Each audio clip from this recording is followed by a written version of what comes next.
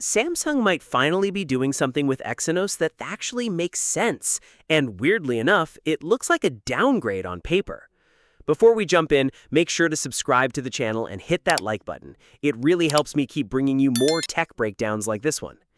For years, Samsung's Exynos chips have had one major problem hanging over them: heat. People saw Snapdragon versions of Galaxy phones as the better option because Exynos models often ran hotter, throttled faster, and delivered weaker battery life. That reputation stuck hard, even when Samsung started improving things. Now, according to a new report, Samsung is planning a pretty dramatic shift with the upcoming Exynos 2700 chip expected for the Galaxy S27 series. And at first glance, it sounds like Samsung is taking a step backward. The company may abandon its advanced stacked WLP chip design and move to something called a side-by-side layout instead. Basically, instead of stacking the chip and memory vertically to save space, Samsung could place them horizontally next to each other. If you're into tech, that probably sounds immediately concerning because WLP, or wafer-level packaging, has actually been one of the key technologies helping Samsung improve Exynos thermals over the last few years. Back when the Exynos 2400 launched, Samsung specifically highlighted a 16% reduction in thermal resistance thanks to this packaging method.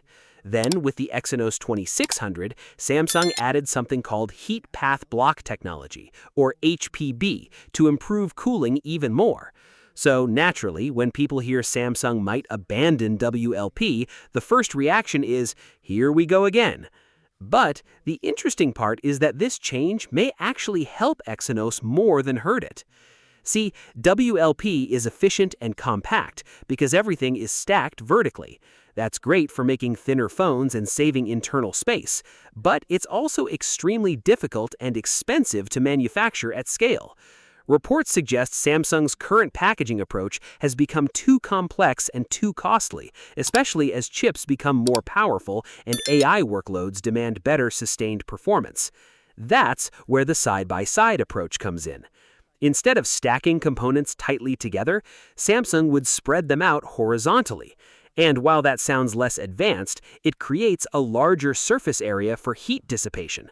In simple terms, the chip may actually cool itself more effectively because the heat has more room to spread. And Samsung reportedly isn't abandoning the heat path block system either. So if HPB stays in place while the new side-by-side layout increases cooling area, the Exynos 2700 could end up running cooler under heavy loads than previous generations. That's the part that makes this story genuinely interesting. Because for the first time in a while, Samsung seems less focused on chasing flashy engineering and more focused on practical long-term performance. And honestly, that's probably the right move. Most smartphone users don't care how advanced a packaging method sounds. They care about whether their phone overheats during gaming, drains battery while recording video, or slows down after 10 minutes of multitasking. If Samsung can solve those real-world issues, nobody's going to complain that the internal layout is less futuristic. There's also a much bigger business angle here that people overlook. Samsung can't realistically abandon Exynos. Even if Snapdragon chips are currently preferred by a lot of users, Samsung still needs its own silicon division for leverage and flexibility. Having Exynos gives Samsung bargaining power when negotiating with Qualcomm. It also protects the company if supply chains become unstable or if pricing from external chip suppliers suddenly spikes. In other words, Exynos isn't just about performance anymore, it's about independence. And that's why Samsung keeps investing in it, even after years of criticism. The interesting thing is that Samsung now seems willing to rethink the entire strategy, instead of stubbornly pushing the same approach over and over again. That's usually where meaningful progress happens. A lot of major tech improvements come from companies stepping back from overly expensive or overly complicated designs and focusing on balance instead. Better efficiency, better thermals, better sustainability in production. Sometimes the smartest engineering decision isn't making something smaller or more advanced, it's making something more practical. Of course, none of this guarantees success.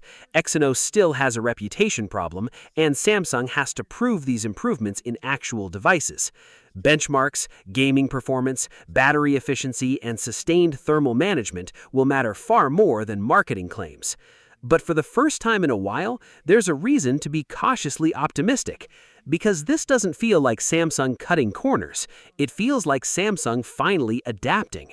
And if the Exynos 2700 delivers cooler performance, stronger AI capabilities, and better efficiency inside the Galaxy S27 lineup, this so-called downgrade could end up becoming the exact thing that saves Exynos from its old reputation.